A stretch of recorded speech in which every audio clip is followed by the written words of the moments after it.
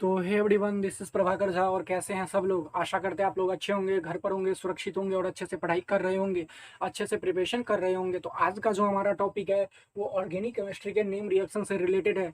Organic chemistry में name reaction जो होता है वो काफ़ी ज़्यादा इंपॉर्टेंट होता है बोर्ड के लिए। जैसे कि अगर मैं ऑब्जेक्टिव और सब्जेक्टिव की बात करूं तो ऑब्जेक्टिव में कभी कभार डायरेक्ट नेम रिएक्शन से क्वेश्चंस आते हैं।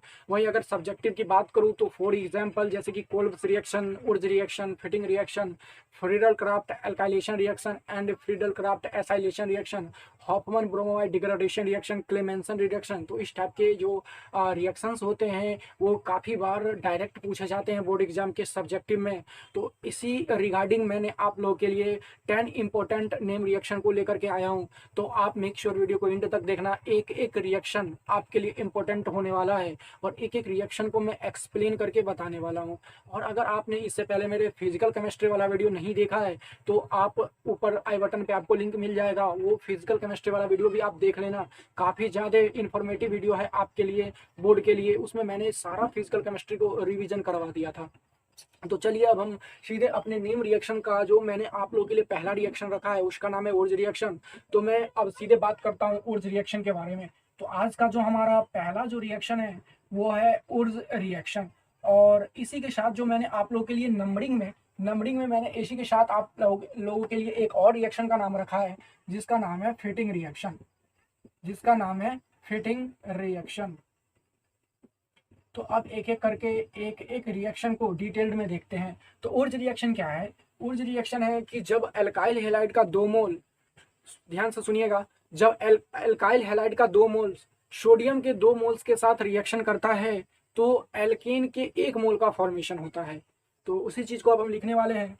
When when 2 moles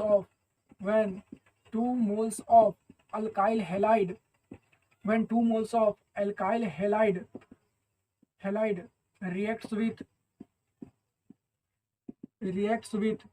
2 moles of sodium. When 2 moles of alkyl halide reacts with 2 moles of sodium in the presence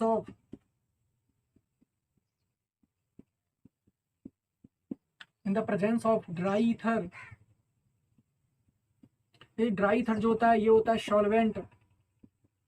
then 1 mole of alkane gets formed.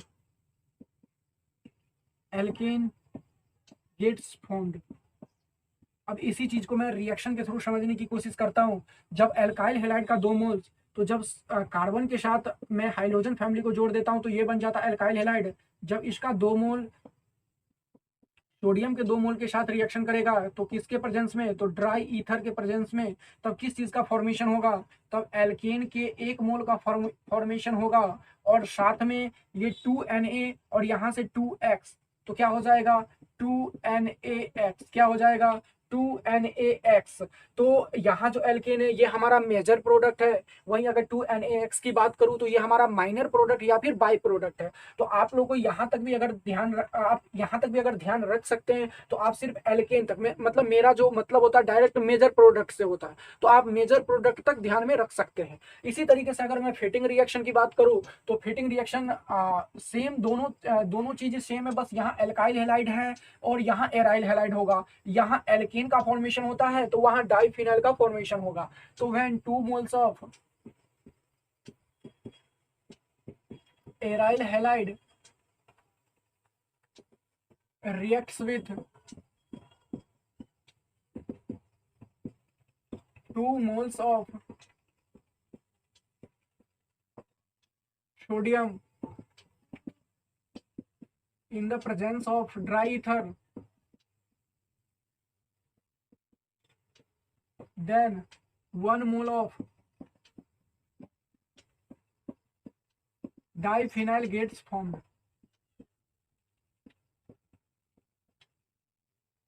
Then 1 mole of diphenyl gets formed. अब इसको reaction के through समझने की कोशिश करते हैं।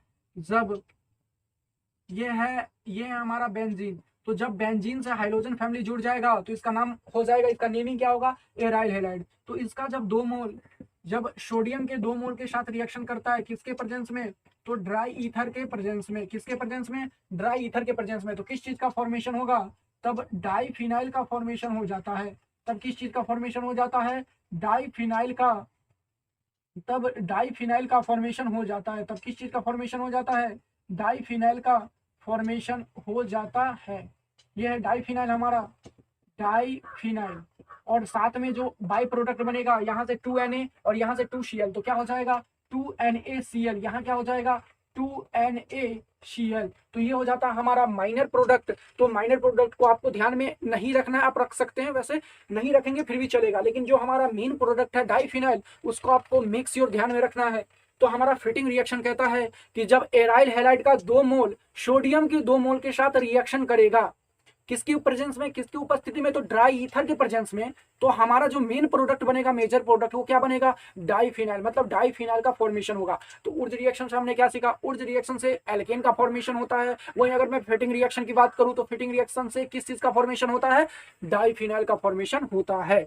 तो इतना बात आप लोगों को क्लियर है, इतना बात आप लोगों को क्लियर है। ऊर्ज रिएक्शन और फिटिंग रिएक्शन आप लोगों को क्लियर है। स्क्रीनशॉट लेना है तो आप स्क्रीनशॉट ले सकते हैं। और अब हम चलते हैं अपने नेक्स्ट स्लाइड पे। तो अब हम चलते हैं अपने नेक्स्ट नेम रिएक्शन पे। तो मेरा जो नेक्स्ट नेम रिएक्शन है वो है फ्रीडल क्राफ्ट एल्काइलेशन रिएक्शन। तो अब हम सीधे चलते हैं फ्रीडल क्राफ्ट एल्काइलेशन रिएक्शन पे। तो Friedel craft alkylation, Friedel craft alkylation reaction, इसी में मैं नंबरिंग में सेम रख रहा हूँ, साथ में ही रख रहा हूँ फ्रीडल क्राफ्ट एसाइलेशन रिएक्शन को। तो फ्रीडल क्राफ्ट एसाइलेशन रिएक्शन, तो फ्रीडल क्राफ्ट एसाइलेशन रिएक्शन। अब इसके बारे में देखते हैं कि ये क्या कहता है ये रिएक्शन। तो ये रिएक्शन कहता है कि व्हेन बेंजीन या इट्स डेरिवेटिव, when benzene या its derivative reacts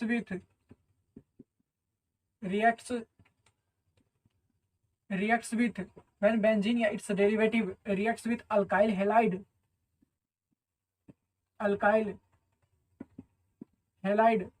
in the presence of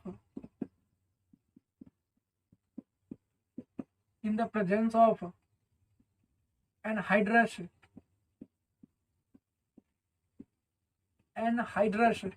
AlCl3, then alkyl benzene gets formed.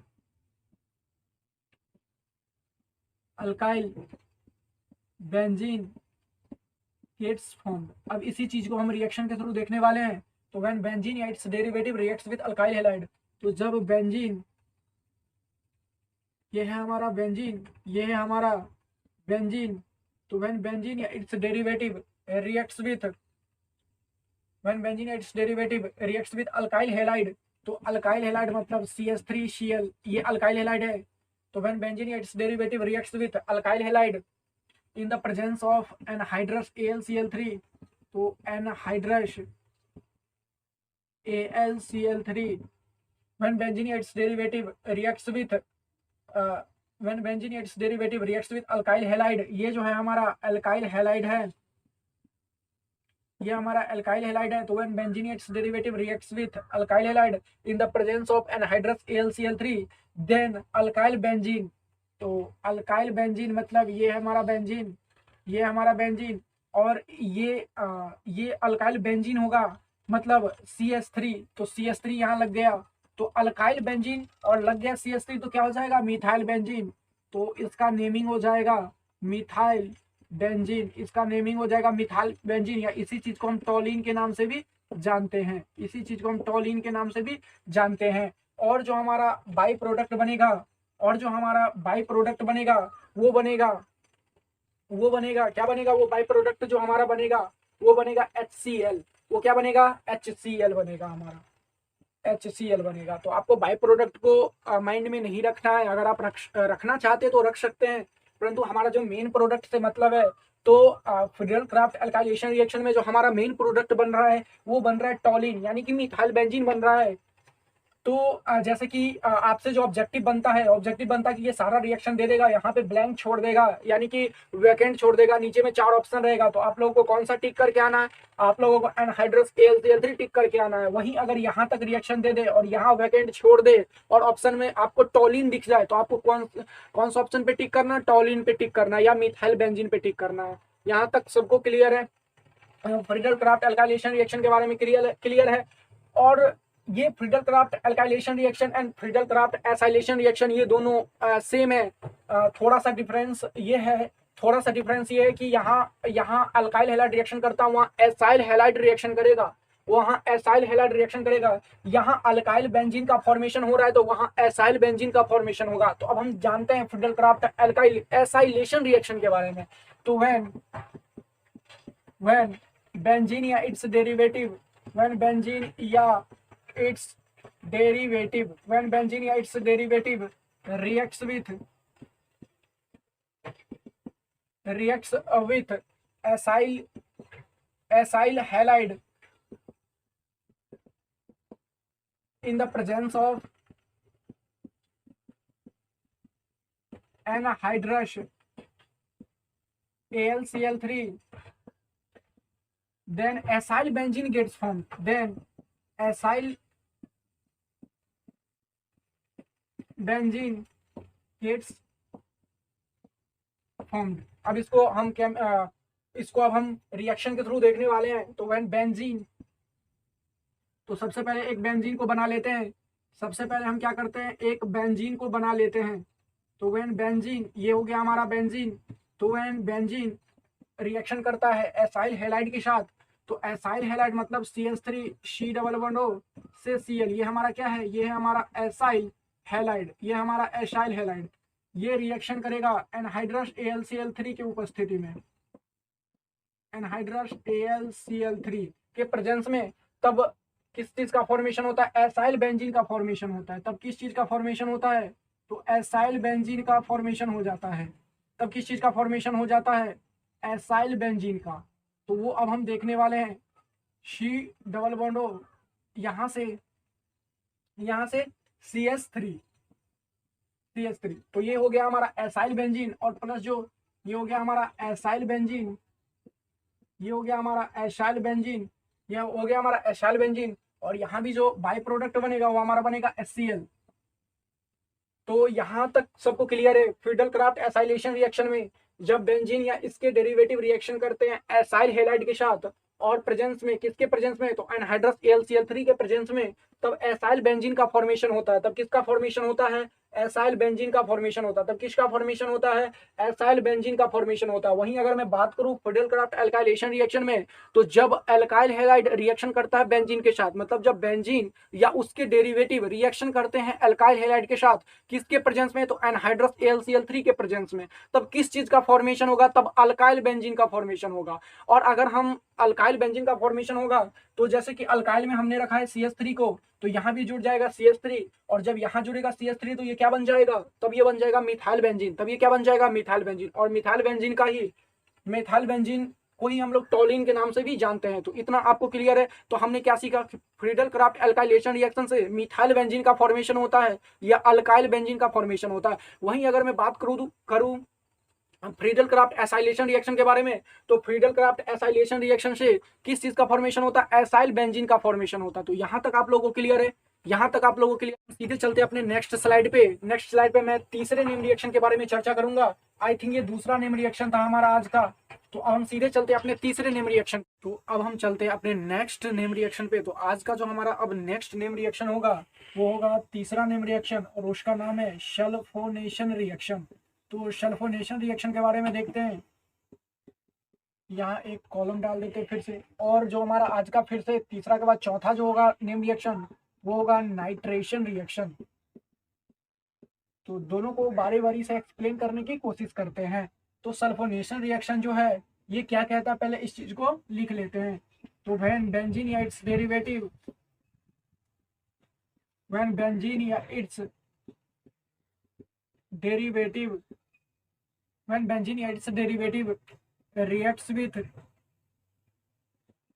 reacts with 2 moles of 2 moles of concentrated H2SO4, then benzene sulfonic acid gets formed, then benzene sulfonic acid gets formed when जब benzene reaction करता है दो moles of concentrated H2SO4 के साथ, मतलब जब benzene concentrated H2SO4 के 2 मोल के साथ रिएक्शन करेगा तो बेंजीन सल्फोनिक एसिड का फॉर्मेशन होता है। इस चीज को अब हम रिएक्शन के थ्रू देखने की कोशिश करते हैं। तो व्हेन बेंजीन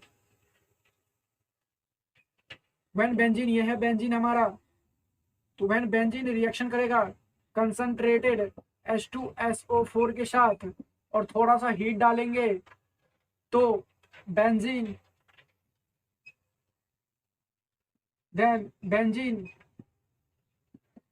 सल्फोनिक एसिड का फॉर्मेशन हो जाता है।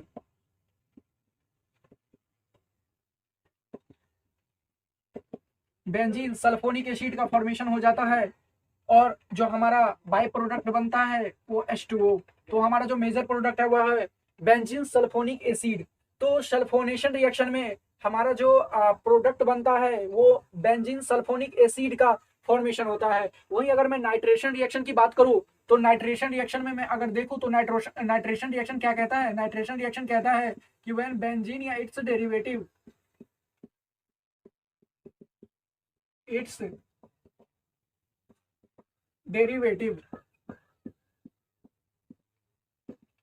reacts with when benzene या its derivative reacts with concentrated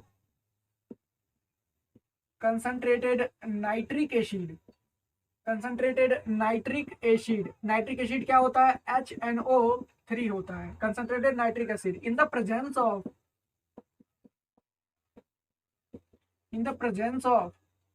H2SO4 then nitrobenzene gets formed.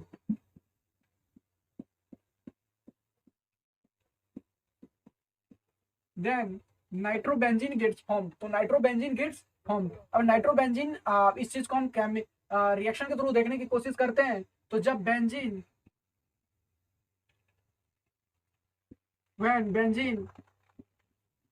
Reaction करता है कंसंट्रेटेड नाइट्रिक एसिड के द्वारा, जब बेंजीन रिएक्शन करता है कंसंट्रेटेड नाइट्रिक एसिड से in the presence of H2SO4 then nitrobenzene का फॉर्मेशन होता है। नाइट्रोबेंजीन तब किसका फॉर्मेशन होता है, नाइट्रोबेंजीन का फॉर्मेशन होता है। और साथ में फिर से जो ये H2SO4 ये यहाँ कैटलिस्ट की तरह बिहेव करता है, H2SO4 जो है ये नाइट्रेशन रिएक्शन में कैटलिस्ट की तरह बिहेव करेगा। यानी ये H2SO4 कैटलिस्ट वो होता है जो रिएक्शन में खपत नहीं होता है, उसी को हम लोग कैटलिस्ट बोलते हैं। तो कैटलिस्ट यहाँ हमने कैटलिस्ट H2SO4 को डाला था और फिर से निकल गया H2SO4, तो H2SO4 यहाँ पे हमारा क्या हुआ, कैटलिस्ट हुआ। तो यहाँ पे H2SO4 जो हो गया वो हमारा कैटलिस्ट हो गया। तो nitration reaction when benzene its derivative reacts with concentrated nitric acid in the presence of H2SO4 then nitrobenzene gets formed. मतलब नाइट्रेशन रिएक्शन में नाइट्रोबेंजीन का फॉर्मेशन होगा और H2SO4 जो होगा वो हमारा कैटलिस्ट की तरह बिहेव करेगा। वहीं अगर मैं बात करूं सल्फोनेशन रिएक्शन की, तो सल्फोनेशन रिएक्शन में बेंजीन सल्फोनिक एसिड का फॉर्मेशन होता है, तो यहां तक सबको क्लियर है। अगर आप लोगों को स्क्रीनशॉट लेना है तो आप लोग स्क्रीनशॉट ले सकते हैं। तो चलिए अब हम सीधे चलते हैं अपने नेक्स्ट स्लाइड पे। तो अब हम चलते हैं नेक्स्ट रिएक्शन पे। तो नेक्स्ट जो रिएक्शन है वो है हैलोजिनेशन रिएक्शन। तो हैलोजिनेशन रिएक्शन के बारे में देखते हैं कि ये क्या कहता है। इसी में एक और रिएक्शन लिख लेते हैं, शेंड मेयर रिएक्शन। दोनों के बारे में बारी बारी से चर्चा करते हैं। तो हैलोजिनेशन रिएक्शन क्या कहता है, सबसे पहले इसको लिख लेते हैं। व्हेन बेंजीन या its derivative reacts with iron compounds like iron compounds like Fe या FeBr3 या FeCl3, ये सारे के सारे आयरन कंपाउंड्स है। Then halobenzene gets form, halobenzene, then halobenzene gets form. अब इसी चीज को रिएक्शन के थ्रू समझने की कोशिश करते हैं। तो व्हेन बेंजीन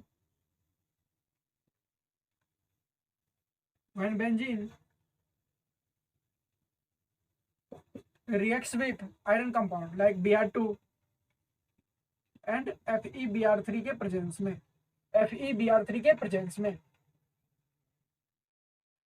FeBr3 के प्रेजेंस में, देन किस चीज का फॉर्मेशन होगा? हेलोबेंजीन का फॉर्मेशन होगा। देन हेलोबेंजीन का फॉर्मेशन होगा। हेलोबेंजीन मतलब Br2 है तो ब्रोमोबेंजीन,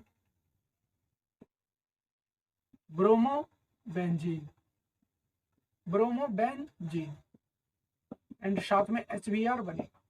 तो ये हेलोजिनेशन रिएक्शन है। जब बेंजीन रिएक्शन करता आयरन कंपाउंड्स के साथ लाइक Fe, FeBr3, FeCl3 के साथ, देन हेलोबेंजीन का फॉर्मेशन होता है। तो इतना आप लोगों को ध्यान में रखना है। अब हम आते हैं सैंडमेयर रिएक्शन पे। तो सैंडमेयर रिएक्शन क्या कहता है वो सबसे पहले लिख लेते हैं। When benzene diazonium chloride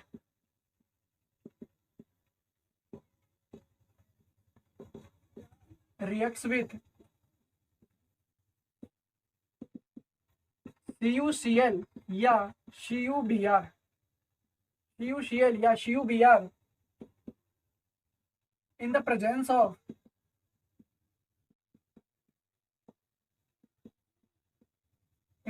of HCl या HBr, देन हेलोबेंजीन यानी कि ब्रोमोबेंजीन या chlorobenzene gets form. Then bromobenzene या chlorobenzene gets form.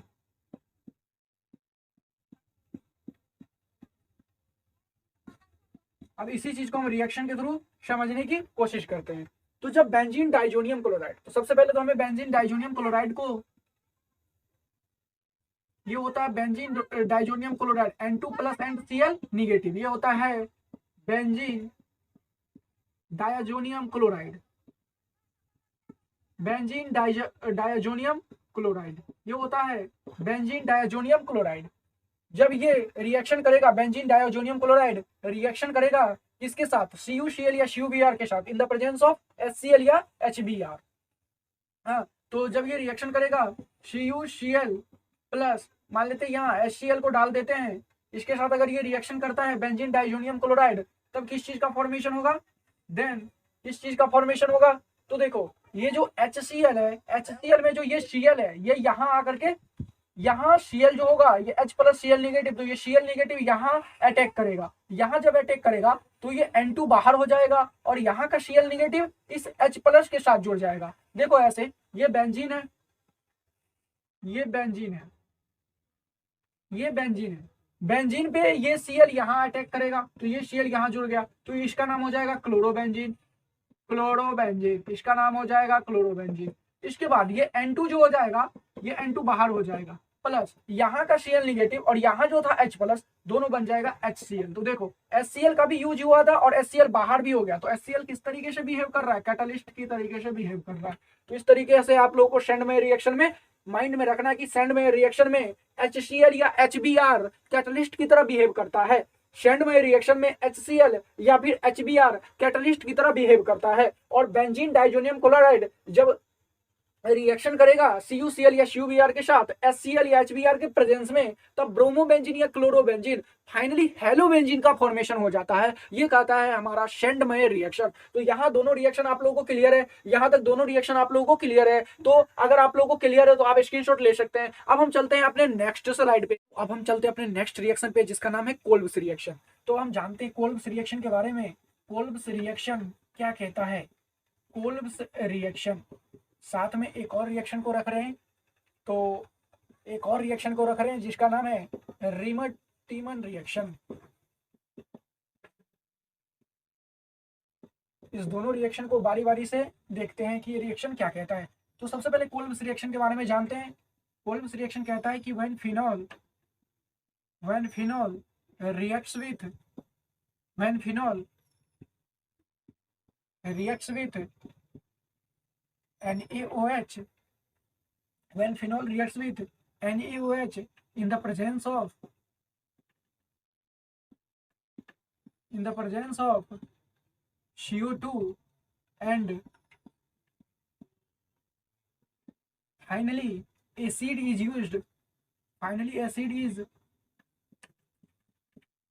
used then salicylic acid gets formed.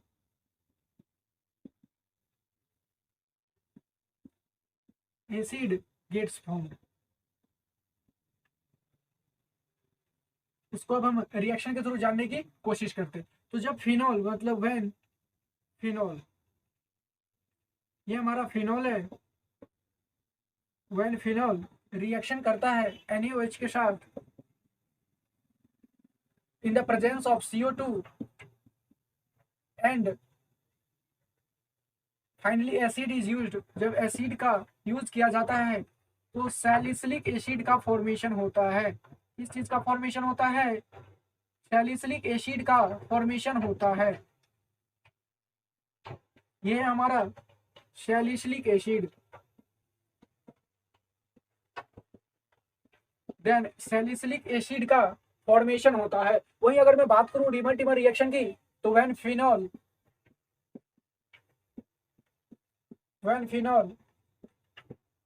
reacts with NaOH and chloroform CHCl3 and also water is used, then salicylaldehyde gets formed.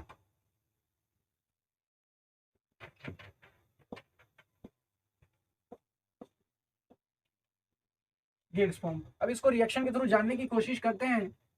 जब phenol reaction करता है, when phenol reaction करता है chloroform के साथ, NaOH and chloroform के साथ, तो NaOH plus CHCl3 in the presence of CHCl3 और बाद में वाटर का यूज किया जाता है, देन किसका फॉर्मेशन होता है? सैलिसिलएल्डिहाइड का फॉर्मेशन होता है।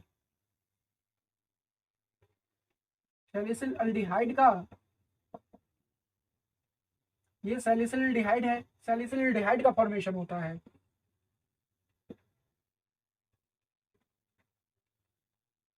सैलिसिलएल्डिहाइड का फॉर्मेशन होता है। तो कोल्ब्स रिएक्शन में हमने सीखा कि जब फिनॉल रिएक्शन करता है NaOH के साथ CO2 के प्रेजेंस में और जब फिर से एसिड का यूज किया जाता है तो सैलिसिलिक एसिड का फॉर्मेशन होता है। वही रिमर रिएक्शन में हमने जाना कि जब फिनॉल रिएक्शन करता है NaOH के साथ एंड क्लोरोफॉर्म के साथ और जब बाद में वाटर का यूज किया जाता है तो सैलिसिलएल्डिहाइड का फॉर्मेशन हो जाता है। किसका फॉर्मेशन हो जाता है? सैलिसिलएल्डिहाइड का फॉर्मेशन हो जाता है। तो यहां तक आप लोगों को क्लियर है?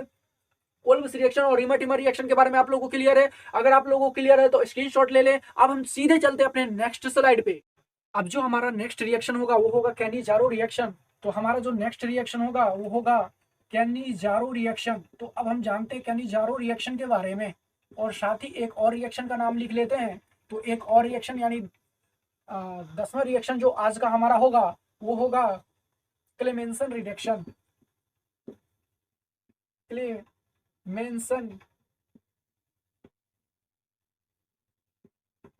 रिडक्शन। तो क्लेमेंसन रिडक्शन के बारे में और साथ ही हम जानते हैं आज कैनिजारो रिएक्शन के बारे में। तो कैनिजारो रिएक्शन क्या कहता है वो सबसे पहले जानते हैं। तो कैनिजारो रिएक्शन कहता है कि व्हेन एल्डिहाइड या ketone having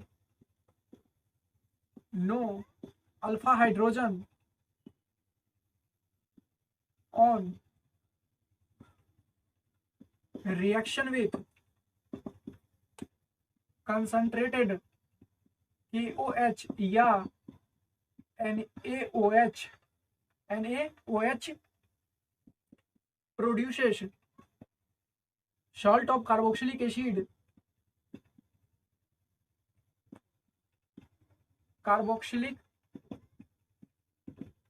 salt of carboxylic acid and alcohol.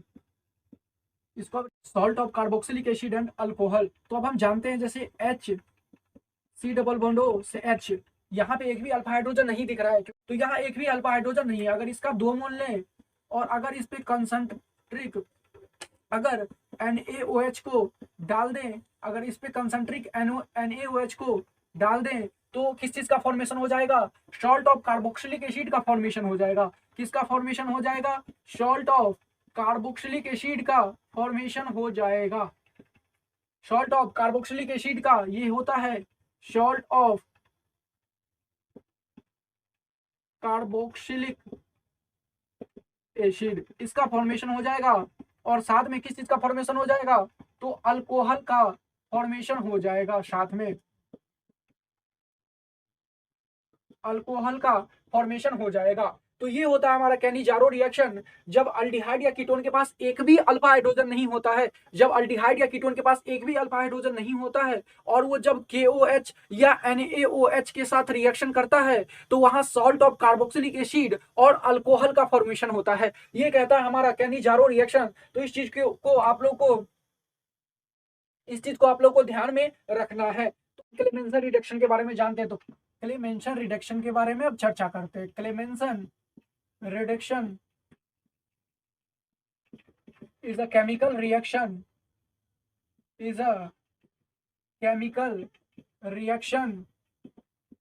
described as reduction of aldehyde या ketones using zinc amalgam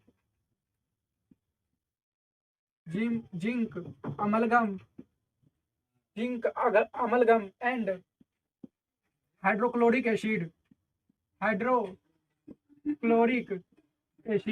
अब इसको हम रिएक्शन के थ्रू समझने की कोशिश करते हैं। जैसे कि यहां से अगर हम C डबल बॉन्ड O से CH3, ये जो हमारा है ये है कीटोन। अब इस पे जब हम एक्वस HCl हाइड्रोक्लोरिक एसिड और जिंक अमालगम डालेंगे ZnHg, जिंक अमालगम डालेंगे तो किस चीज का फॉर्मेशन हो जाएगा? तब हो जाएगा हमारा एल्केन का formation. Clemmensen reduction is a chemical reaction described as reduction of aldehyde या ketone using zinc amalgam and hydrochloric acid. Described as reduction of aldehyde या कीटोन टू एल्केन। एल्केन तक इसको क्या करता है? टू एल्केन, एल्केन तक इसको reduce कर देता है। एल्केन तक इसको रिड्यूस कर देता है। तो ये क्या हो जाएगा? C से CH3, तो ये हो जाएगा एल्केन। तो हमने सीखा कि कैनिजारो रिएक्शन में सॉल्ट ऑफ कार्बोक्सिलिक एसिड का फॉर्मेशन होता है, वहीं क्लेमेंसन रिडक्शन में एल्केन का फॉर्मेशन होता है। यहां तक आप लोगों को क्लियर है? अगर यहां तक क्लियर है तो आप लोग स्क्रीनशॉट ले ले। अब हम चलते हैं अपना नेक्स्ट स्लाइड पे और आज का जो हमारा होगा last reaction Hoffmann bromide degradation reaction के बारे में देखते हैं। अब हम चलते हैं अपने आज के लास्ट नेम रिएक्शन पे, जिसका नाम है हॉफमैन ब्रोमाइड डिग्रेडेशन रिएक्शन। ये कहता है कि when amide reacts with Br2 and NaOH containing aqueous solution